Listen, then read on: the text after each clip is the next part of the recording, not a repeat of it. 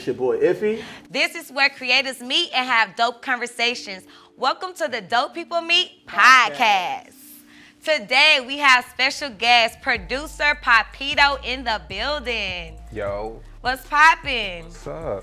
Let the people know who you are, where you from, and what you do. I'm Big Papito. I'm a superstar producer. I'm from Atlanta.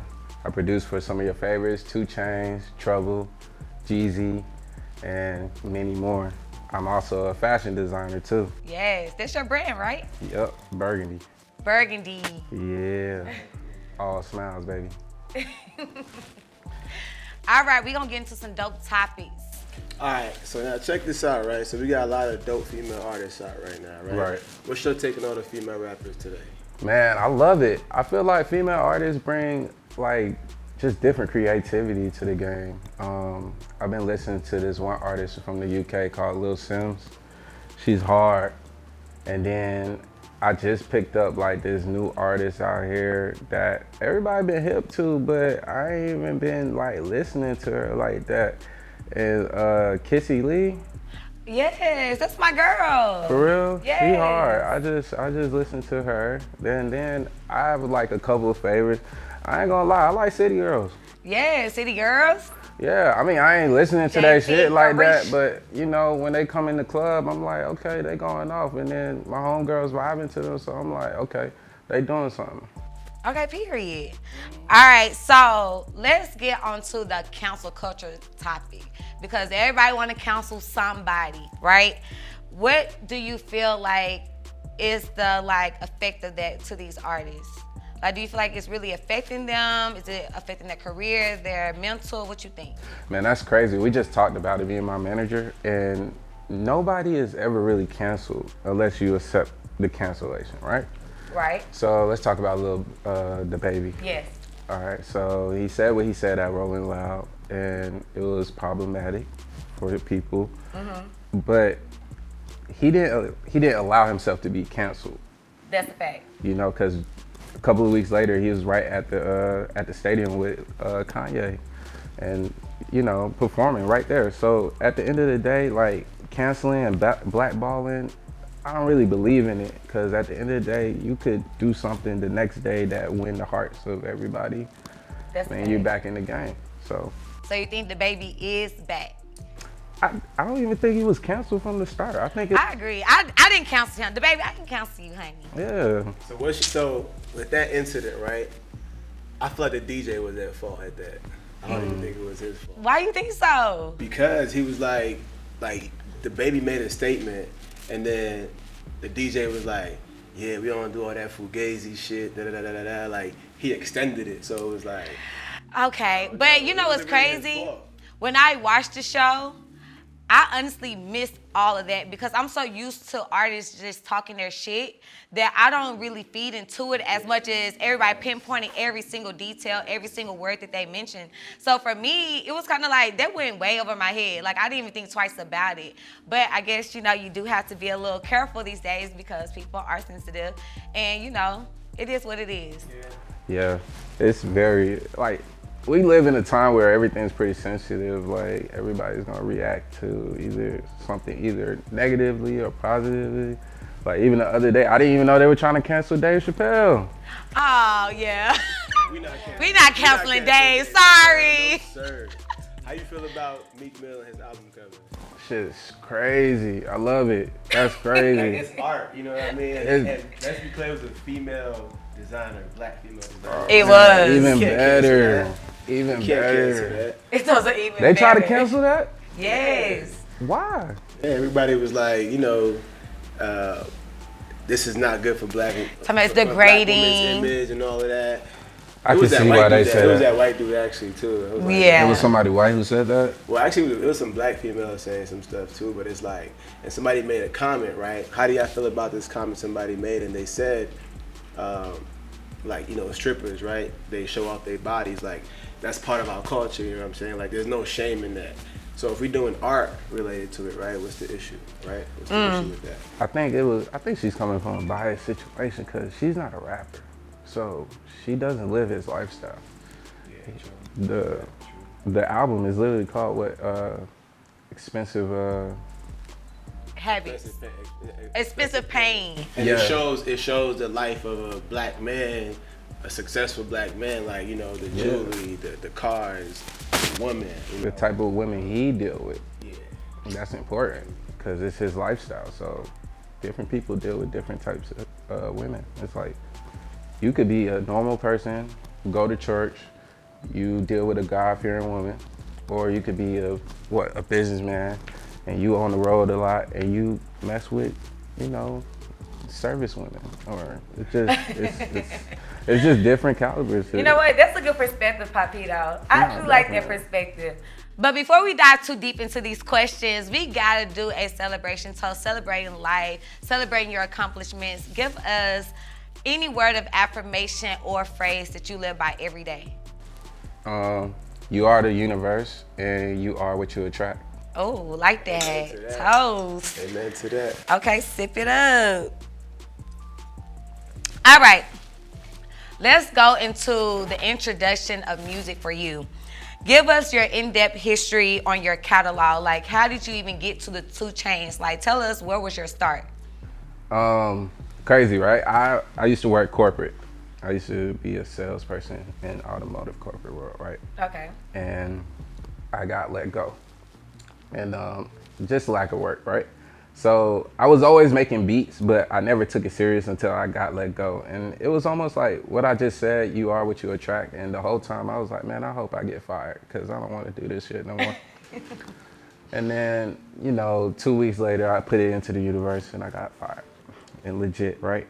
So I just take everything I got, I put it into the studio, and I just started working with a couple of people, and I end up hitting up one guy from my neighborhood called Sleepy Rose. Sleepy.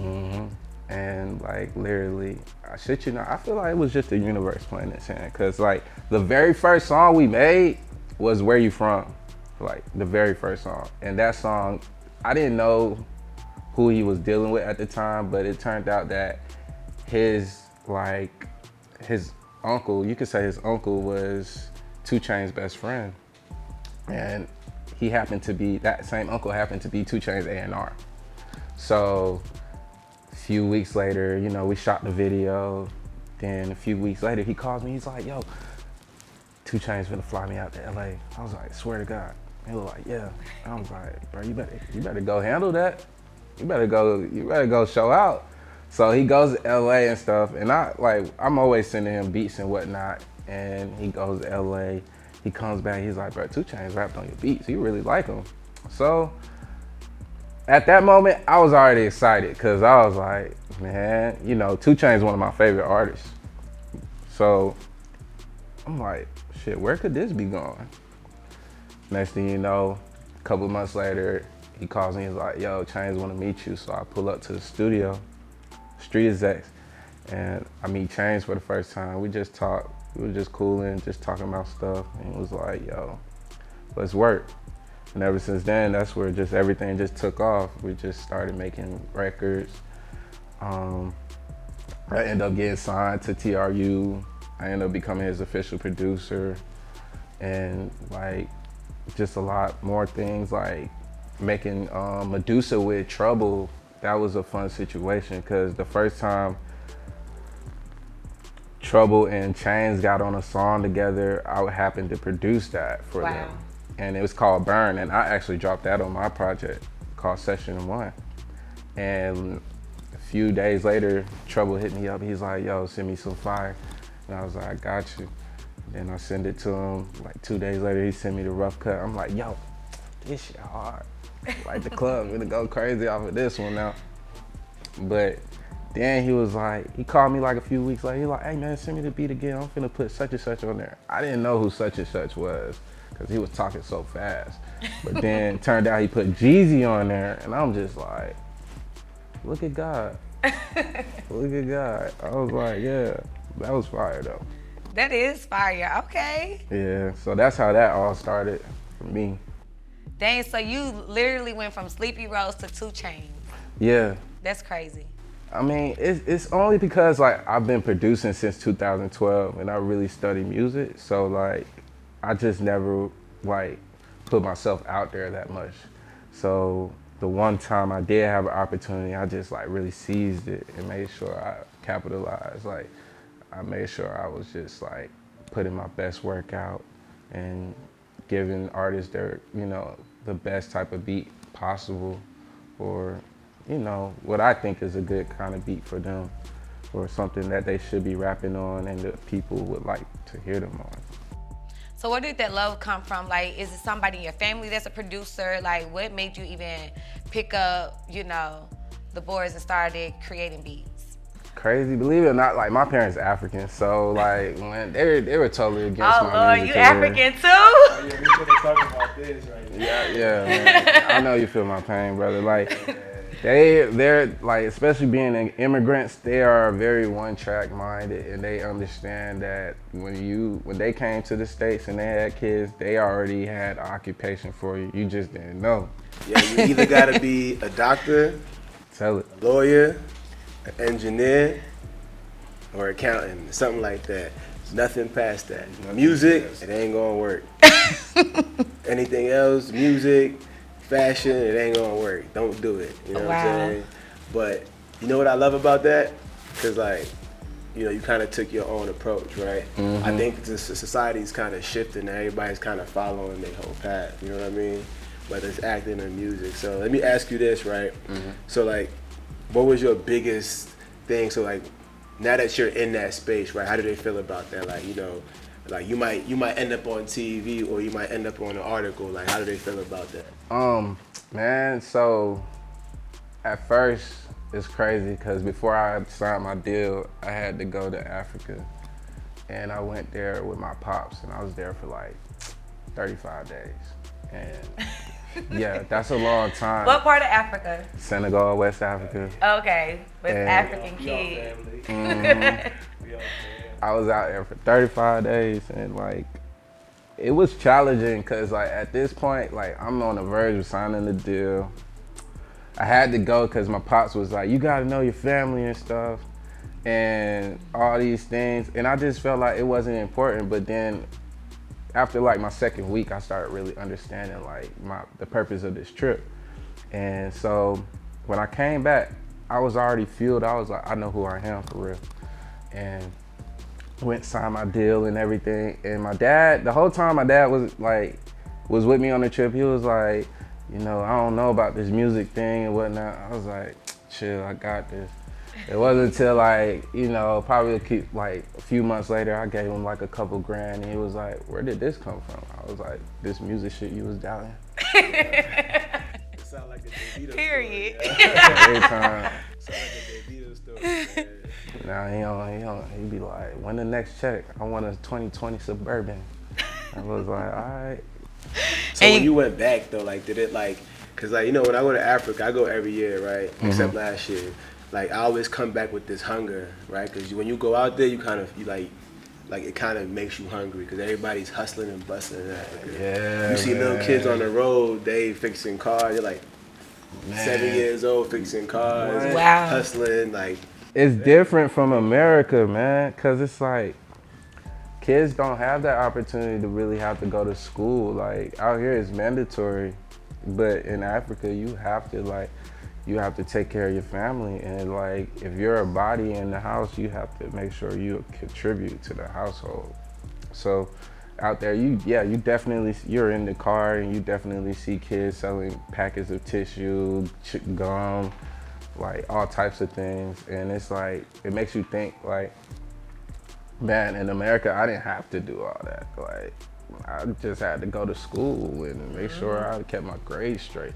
And out there, you have to pay for school. You have to pay for education. So I start really understanding like what type of opportunities America has for people in general. Sometimes as a whole, you stay here and you live here and you take those opportunities for granted.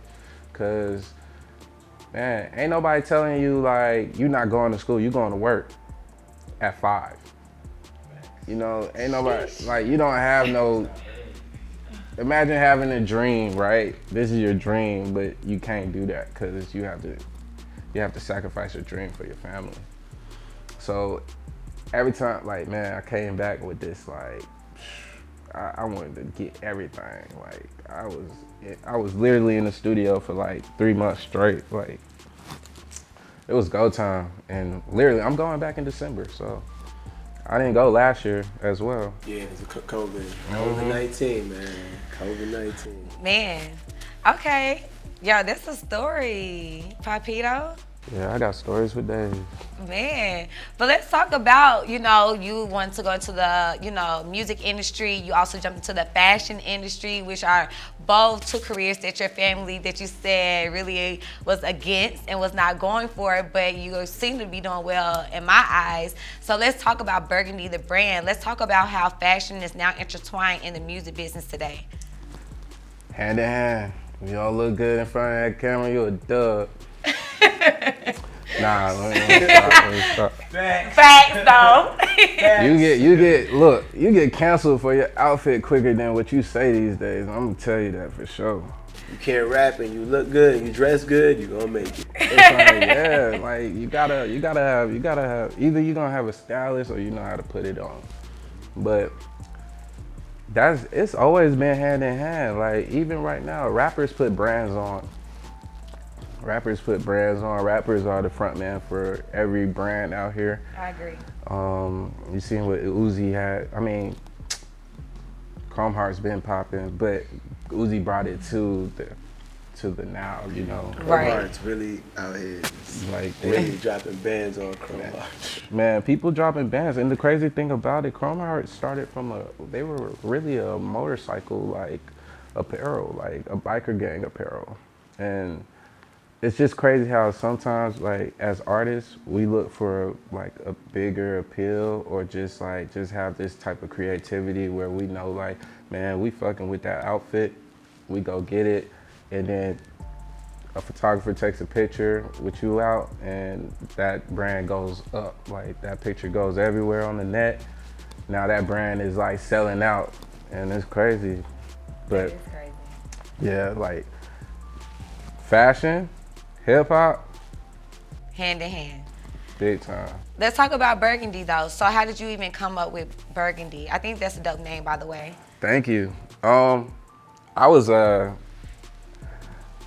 just graduated high school and I was in college for like 3 days and I dropped out. 3 days? Yeah. What happened in 3 days that made you say, I'm not coming back? What college? Right, and in what college? What was it called? Georgia Perimeter.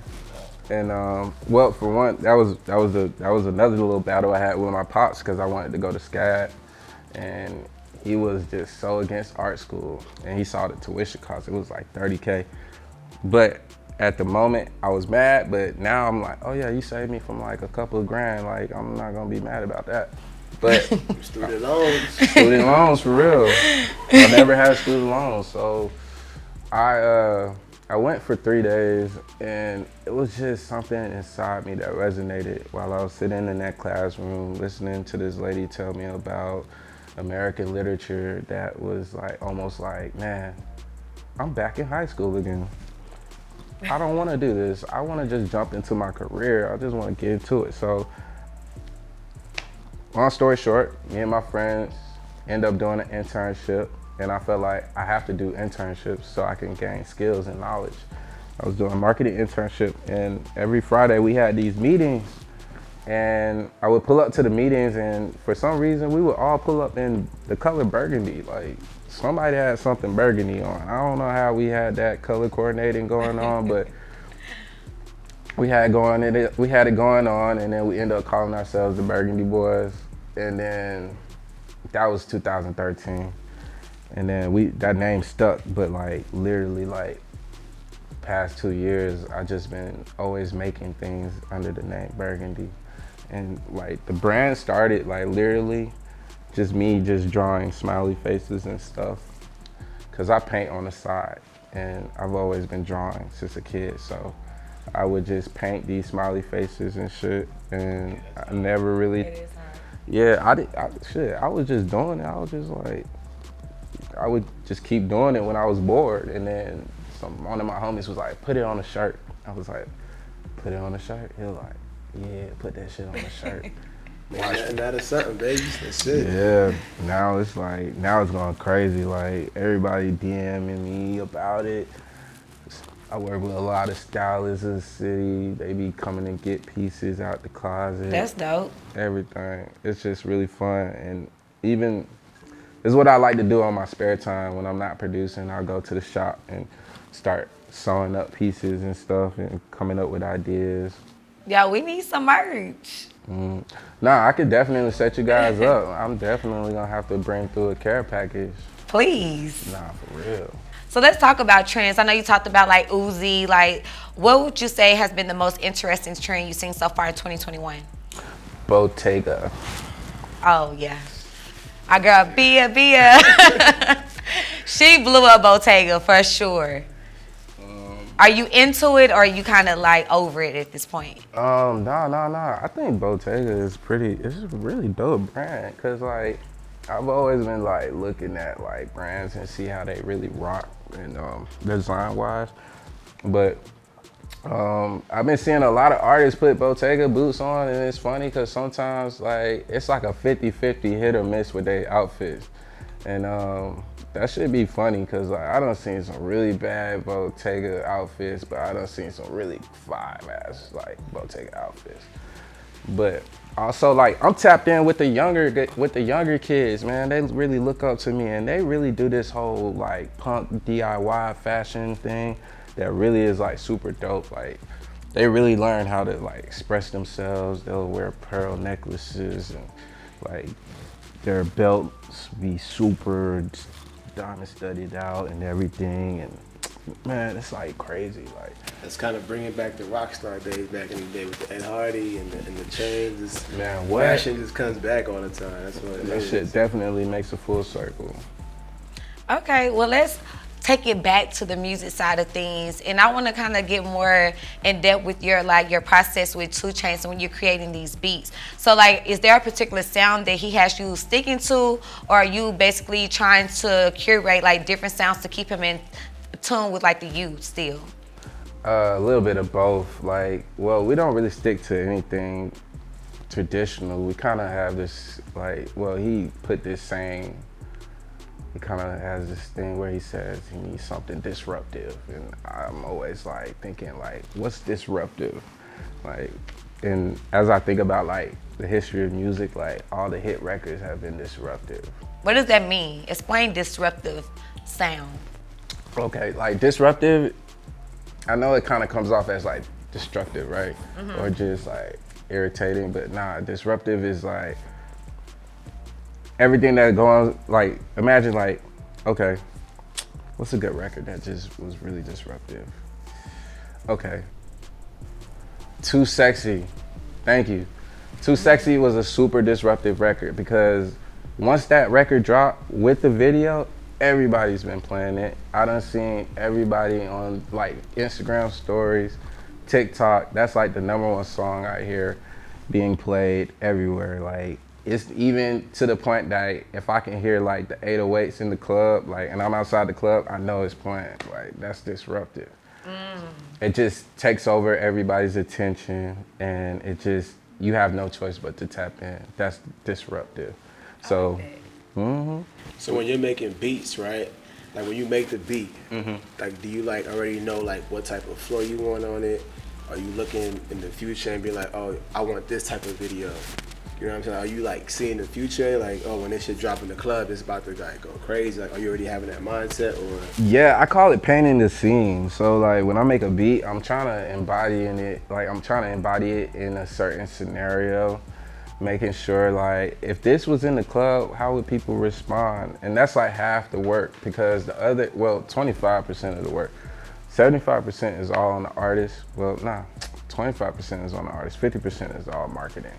So when it comes down to it, if the vibe is complete, like the producer done produced it, the artist rapped on it, feel good, that shit fire. All it has to do is work itself. Like the record Too Sexy, everybody feels like they too sexy. That is the fact. That's what I do when I'm in the studio. But sometimes I just create from like my just a blank point. Like I just kind of just blank out and just start putting sounds together, and I come up with like interesting things. Like the record I did with Chainz and Ross on his last project, Young, Rich and Black. Like I was just in the studio and we were just like running through records with my friend. He has a vinyl setup and we were just playing old records, and I got inspired by this one song. I can't remember it, but it was an old song and the violins were super cinematic and it just felt like it was some black powerful shit. So I just end up just going in the studio the next day, making a beat, like, and sent it to Chainz, and the rest was history. We ended up having Mike Dean on it. Then Ross did his thing, and it was just like crazy. And then we added Big Rube on there to like just talk his shit, and that just went crazier. Yeah. So what would you say like make your sound unique? So like when people are coming to you, like aspiring artists especially, is there a particular sound they're coming to you for? Man, that's a good question. I don't think nobody really has like pinpointed my sound, because anytime somebody comes up to me, they be like, man, I don't know, all I heard was you was fire, you was dope. And I'll be like, a lot of people talk about what I do, so it's like, I just kind of like, just go with that like notion that they have already about me. But I do know like, I study music a lot, so I try to make sure I'm drawing from different elements. Like I might just listen to some Ethiopian jazz or something, and then that might just take me somewhere else, or just like some taiko drums from Japan, and just hear like different elements. I'm really like abstract. I kind of treat it like painting. I might just go take this little sound and paint it here, then paint it there. But I'll say my inspirations are like Jay Dilla, Knife Wonder, Honorable C Note. Yes, C Note. Like a lot of people, even people like I be around a lot, like Sunny Digital, like just like a whole bunch of people that really just kind of like give me good energy. And like FKI First, like he's super dope. He's actually one of my favorite producers for real, because the way he makes beats is just so unorthodox. It's always at a creative level. So yeah, I try to draw inspiration and just like come at things a different way. So do you make a beat and be like, I want to get this person on this, or you just making beats and you just kind of like, I'm just keep dropping heat, whoever want them more and more? You like, I want to get Kanye West on this particular track, or I want to get Lil Uzi on this track? Nah, definitely. I definitely have beats that I'm like, yeah, I need this person on. Excuse me. But I also have tracks where I feel like these, I don't know who might break, I don't know who might make this a hit, you know what I'm saying? Cause like, again, like, I believe in the youth a little bit more than people that are established now, because they already made it. So like the youth is like up and coming, and like I'm always thinking about who's gonna like break this barrier, who's gonna change like the course of music and hip hop. And sometimes I tend to make different abstract things because the youth are different and they abstract. And as we get older, we kind of set in our ways and we become unhip, which is kind of like a scary term. People think it's kind of scary, but I think it's just maturity, you know? Like you become solid and you kind of know what you want. So, but the young people don't really know what they want, so they just kind of do what they feel, which is true. Yeah, I pay a lot of attention, and like I just peep, like they just do what they feel. Like yeah, we don't care. Like this is not written in stone, so we just doing what we feel like we doing. And if it goes off, it goes off. So is there like a certain niche that an artist has to have in order for you to work with them? Because I know you say you into the youth, so you know, like you said, the youth, they just trying shit at this point. So is there like a certain niche though they must have for Papito to produce a beat for them? Work ethic. I don't like lazy. I don't like when you working with me, I want you to come serious. I don't want you to just sit around, you got rolled like 30 blunts and shit. Like if you're not a veteran or somebody that's established, I'm not, you know what I'm saying, you brand new, or you like, you probably got 1 or 2 hits. Like I'm expecting you to bring your A game because I brought mine. So, but I never ran into anybody like that. You know, everybody kind of knows like how big it is, or people take their career seriously, and that's really like the most like important thing as an artist. Like, this is a career for you. So you gotta understand when you go inside the studio and you got an engineer, understand the engineer getting paid, he's here, he's serious. The producer's here, he's serious. So you should come serious too. And that's what I really be expecting out of all the artists, for real. That's real.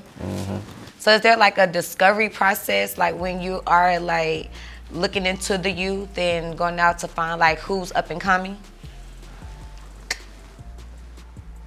Okay, so Instagram and TikTok, definitely part of, like, I use them as a tool. Those apps are definitely a tool for me. I go on there and hear a whole bunch of songs and I'm like, yo, who's this? Who's this? But my number one way of reaching out to artists is like my friends. They always tell me about an artist or something, right? And I'm like, yeah, right. I'm always downplaying shit at first. Me but too. I don't know why, but it's like, you know, I don't want to be disappointed. So I just kind of like, I'll be like, all right, I'll see what's up. If I hear about them more than 3 times, I'm like, okay, cool. Also, like, I might just be the guy that be sleeping on you just cause, and everybody does it, but like, okay, my little bro, Bear One Boss. Bear is a super dope artist, right? He's up and coming, and I've known him since I was signed to Streets, and almost every time he sees me, he's like, bro, when we gonna work? When we gonna work? I was like, man, we're gonna set it up. I'm always curving him, and not on purpose, but like, it's always accidentally, but like, literally, it's because like, I don't know how to make your sound yet. And literally, he catches me in the studio like a couple of weeks ago, and he's like, bro, let's work. I'm here. So we work, and like, he gets on this this disco song that I made. I just produced this disco record. I was just having fun in the studio, produced a little disco track. This man makes a song called Do You Love Me? And it's like the craziest thing I've heard, right? Then he goes and drops it. Now I'm getting DMs like, yo, Do You Love Me is a hit. What are y'all doing? When y'all shooting the video? I'm like, see? Sometimes the hit be right in front of you and you just don't even know. Yeah, but definitely, I just try to pay attention and I just try to see how many times things pop up in front of my face or how many times people mention this artist. So if I'm an artist, right, and I just come up to you and I'm like I think I'm fire, right? I just approach you walking down the block. I'm like, yo, Papito, yo, we gonna work. Like, what's your approach to me? Like, you gonna be like, yo, send me some music, or you just gonna be like, I got you, or give me your Instagram? Like, are you gonna follow up, or is it kind of just? No, I'm definitely like, so when people approach me, I get approached a lot, and I definitely am like very, like way more nicer than most people getting approached. So I'm gonna take my time and hear you out. And the first thing I'm really checking for is energy. Cause like, sometimes like I said, I'm a big manifester. Or I don't think I said that. I'm really big into manifesting, and I feel like we're connected to the universe. So like, whatever you think is like, that's like. Agreed. So I peep energy, and it's like, do you believe in yourself? Cause I'm gonna definitely feel that before you even talk to me. And you know, I'm already intimidated to approach a little bit. Cause I'm tall and dark skinned and whatnot. With your dress and your eyes covered. Yeah, nah, for real. Like, people have told me I'm kind of unapproachable, but it's like, that's good, because if you approach me, then you got balls, or you got some type of like confidence, and you believe in yourself, and you know what I'm capable of, so you know that we can put something together.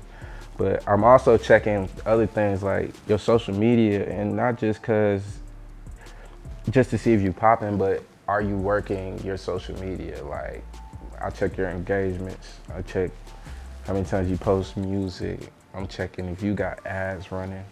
I'm checking, you know what I'm saying, how many times you telling people about your music, because that means you're serious. There's other things. It's just, you know, some people make music and it's a hobby, and I can tell. But then there's some people who are really trying to kick that door down. And I definitely know what that is. So let's talk about that though. Like, so what advice would you give somebody as far as social media? Like, you dropping music every day, or you focusing on one record, trying to build that record, or you just dropping music every day and then you DMing people, yo, check out my music, check out my music. Like, what's like if you were to give me advice, what would it be? So when it comes down to like just breaking yourself, a little bit of everything is important. So that comes down to, promoting yourself the right way, in the right way, because you could DM hella people and be like, yo, check out my music, but it's kind of spamming. You don't want to spam yourself. Right, I definitely hate it. You want to make sure you're doing it. If a fan a day is the most important thing, right? Because a real fan is gonna listen to your music, gonna buy your merch, it's gonna support you, repost your stuff. You might get 100 likes on a track, or you might get like 100 plays on a track. You might get 100 plays on the track, but out of that 100, you might have 2-3 fans that's die hard. And that's important. You gotta understand, because your fans hit you up every time. So they tell you, we love this song. You gotta stay in touch with them. Also, networking is important. Approaching people like me, or tastemakers, or people that are able to like put you in certain positions. And it's not necessarily using them, but actually come with a game plan that could benefit both of you guys. Because that's important. Coming up to somebody and asking for a handout is not really the way you want to do that. But if you had a plan together and you strategically thought about that and you presented it to them, then you might be in a better situation, because they are definitely going to see that you sat down and thought about how to implement them into the plan. But definitely everything is important. Marketing, doing shows. I'm not saying do I'm not saying doing every showcase, but do the ones that make sense. Yeah, I agree. You really gave a lot of good like marketing tactics, and I always tell artists, like, you know, your rollout has to be on point. And I had a client before where he just wanted to drop music, but we didn't even have a proper rollout. And I'm like, you're not known like that. You're not Beyonce or Drake, where you can just drop a single at night and think it's gonna pop overnight. Like, I definitely think going into different projects or even singles is very essential when you have a great like rollout plan, which is why like I tell people, even for one of my previous clients, which is now artist I'm managing, he started as a client. We had a really dope rollout. Second month of us working together, I introduced him to a label. So it was just kind of like the build up, but artists don't understand that, and then when they see that, they feel like, oh, I can pop overnight. No. You have to pay some money so we can create strategies and a real dope rollout for you, so we can introduce you to the masses and get your music heard all throughout the world. So I appreciate you for that, because I can really tell you really study the game a lot. Oh yeah, for sure. And can't even blame them, because that's what it looks like to them. Especially if like this is somebody's dream, like they definitely gonna look at it like, okay, I'm gonna make this song. Everybody, all their friends hyping them up, like, yo, this song fire. Yo, we finna drop it. They drop it and then just like, it gets like 30 plays or something like that. I know that's exaggerated, but no rollout means you didn't really put it in people's faces the right way. Everything is marketing. Marketing is so important. Man, think about all the commercials you see on TV. Pepsi, Coke, Zaxby's, all that stuff, man. That stuff is gonna be in your face, and they gonna make it look super good. There's actually, like food commercials, there's actually a food artist that puts real fake stuff on food to make it look like it's super delectable, like a delicacy, but when you get it, it's not what it's looking like on TV. Like everywhere. Like, no, there's a food artist that does that. Like, there's so many techniques to that shit. And as an artist, like, I'm not saying that when people hear your song that is not hitting like that, it's always gonna hit, but you have to prepare people for that hit. It's like a war. You gotta really figure out your battle tactics and figure out how you gonna what you gonna do? Like, how you gonna do that? Like, who had a fire-ass rollout? Like, everybody has fire-ass rollouts. Tory Lanez, Summer Walker, even her rollout to Fire. Black. His rollout was LVRN. LVRN is different. Like, top tier rollouts. So I'm not gonna lie, I love LVRN rollouts. They definitely take their time to strategically plan, and also it takes a team. Like even like when we do rollouts at T.R.U, like man, we think about like how we gonna do it, what we gonna do. Is gonna have a party? Are we gonna theme it out? What we gonna do? Yes.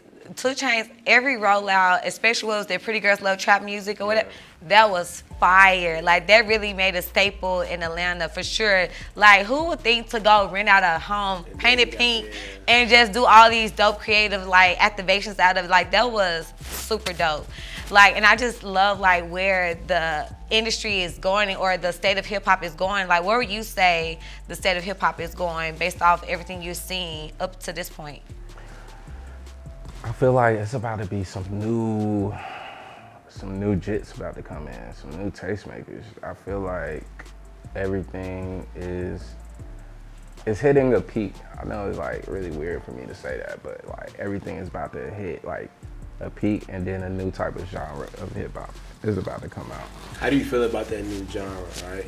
You know, everybody's kind of like, yo, people not making rap music the same. Now we got all these young kids coming up. You got the new trap, and then you take it back, right? You got people like Nas back in the day, right? Like, how do you feel about the transition and like where it's going? I feel like the most important thing we gotta understand about hip hop is like when Nas and, you know, Tribe Called Quest and like all those like Wu-Tang, like that era of music, like bro, they broke hip hop. Like they started like this real big level of hip hop. That's when shit started really like tapping in.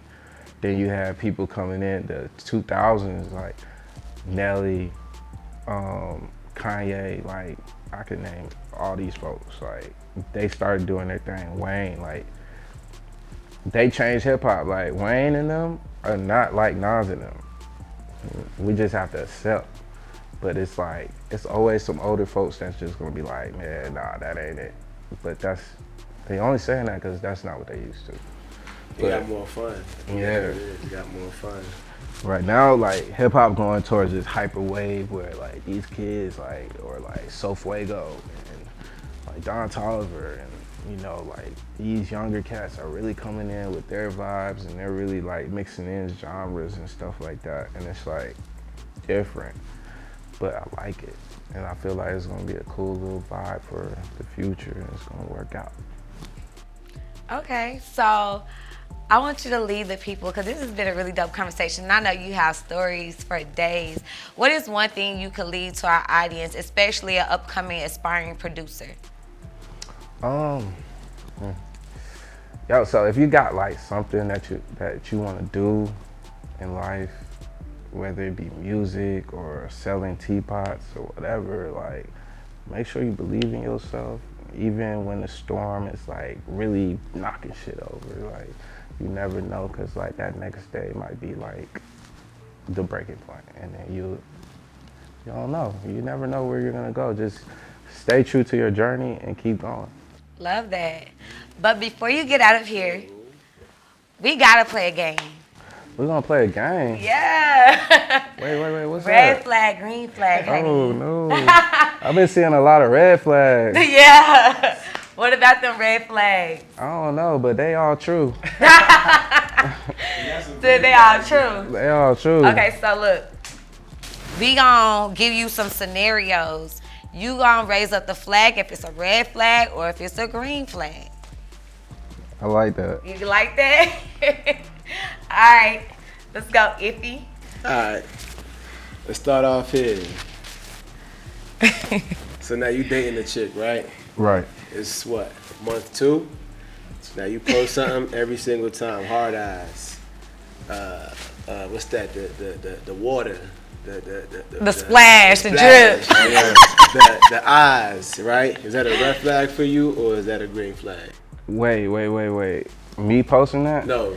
Or her So posting you that? posting a picture, right? Oh yeah. And that a chick you talking to, it's only been what, 2 months, and now all of a sudden she all up under your comments, posting hard eyes, sneaky eyes, splash, all of that. Is that a red flag for you? Oh, you like that? He's not Put it on the forefront. I'm not, nah. Yeah, the guys that don't like that, I think y'all are toxic. Nah. Oh, not y'all, but them. I like that. That shows that you definitely like you find me too sexy. Like, yeah, I like that. Too sexy. I like that. Watch it, fellas. I know I'm doing that shit. Like, hey. Y'all, you under the comments. I might not. Sometimes I'm a little bit more discreet, not because I really am a private person. So if I'm dating you, like, but if we really feeling like that and you feeling like that, shit. Green flag. Oh. All right, so a chick you're dating, she never brings up her kids. Red flag or green flag? Where them kids at, shouty? Where the children at, man? I talked to this one chick. She got kids. She got like 2 kids, and I'm always like, you always in the club. Where them kids at? Where the kids at? Where them kids? Like literally, I was talking to her. I was like, I stopped talking to her because I was like, them kids, where she at? Where them kids? I'm just put this, but Red flag. she probably gonna watch this too. It's okay. It's real, sis. He's talking about you. I told her, I was like, that's not good. Spend time with your kids, man. Not for real. Alright, so now you meet a chick, right? Yeah. You know, y'all cool, whatever. You Man, pop y'all up. finna get me in trouble. You pop up to the crib, right? You know what I'm saying? She always posting the designer, the drip, the money, whatever. If it's her money, I don't know if it's her money or not. But she posting the designer, the Chanel bags. You get to her crib, right? No furniture, no bed, no couch. Green flag, red flag. And mattress. Your But she got on designer though. She got money. She got designer though, so what that mean? Your priorities not right. That's I what know that that's means. right. What? You better go to Payless, Sean. Okay, look. Scenario, right? A girl hits you up. It's a little late at night. It's about 10, 11 o'clock at night. She asks you, are you up? She don't respond, though, until the morning. She say, my bad, I fell asleep. Red flag or green flag? How long have I known the chick? Okay, let's say about, we could do 2 months again. About 2 months. 2 months? Man, I don't know, man. She text you. She text me? Yeah, she said she saw you up. And you text back in 5 I feel like minutes. you and I responded quick. Yeah. Oh, no. Cause I'm like, Red flag, shawty. I was like, damn, I was on roll call. That's how I'm gonna feel. And Yeah, you was definitely on roll call. it's okay. I'm good. I'm good. Alright. Oh man. Alright. So you on a date, right? Yeah. And she pull up with a nice dress, figure all right. You just meet her for the first time. Like, y'all been exchanging DMs. Okay. You give her a little hug and you feel a little rock right here. It's a waist trainer, or what they be calling it? Waist trainer, the corset. Right? Red flag, green flag. And she got it on at the date? You got it underneath her dress. You hug her and it's You give her a tight. hug, you like Hard body. bulletproof vest or what? Is that a red flag, green I flag? took you to a nice spot. We ain't getting shot. Dang, hold on. I don't know, cause like Waist trainer, I like. you know what I'm saying? She But like, is it? You Okay, know, on the gram, she was probably all a nice little figure eight, Coke bottle shape. then But you she come never in here, showed her belly on She the never ground. really Yeah, showed, but the then belly. you come meet her first and she give you a hug, right? And you feel it. You like, whoa, what's that? Damn. Cause that tells you something. Damn. Does she work out? We ain't going, no. Here and there, maybe. I mean, if she did, she wouldn't be wearing one Yeah. at dinner. You know what I'm saying? And she might not post on the ground that she in the We gym. talking about a nice spot. Does she eat a lot at dinner? What's your type? Damn. That's the thing. Like I might like You that. like a little pudge. So you you like a might- little pudge. So you Nah, might like I like a little curved belly, but like What's a curved Okay, belly? So you don't need the flat stomach. Yeah, do you need the like flat that. stomach? I like flat stomach. Damn, y'all But- making me too. How thick has the girl been? What you think it should have been? I mean, do she got ass like? Yeah, she got a little butt. She got little butt. Little butt. See, that's the thing. The butt can't be, the belly can't be the butt. You feel me?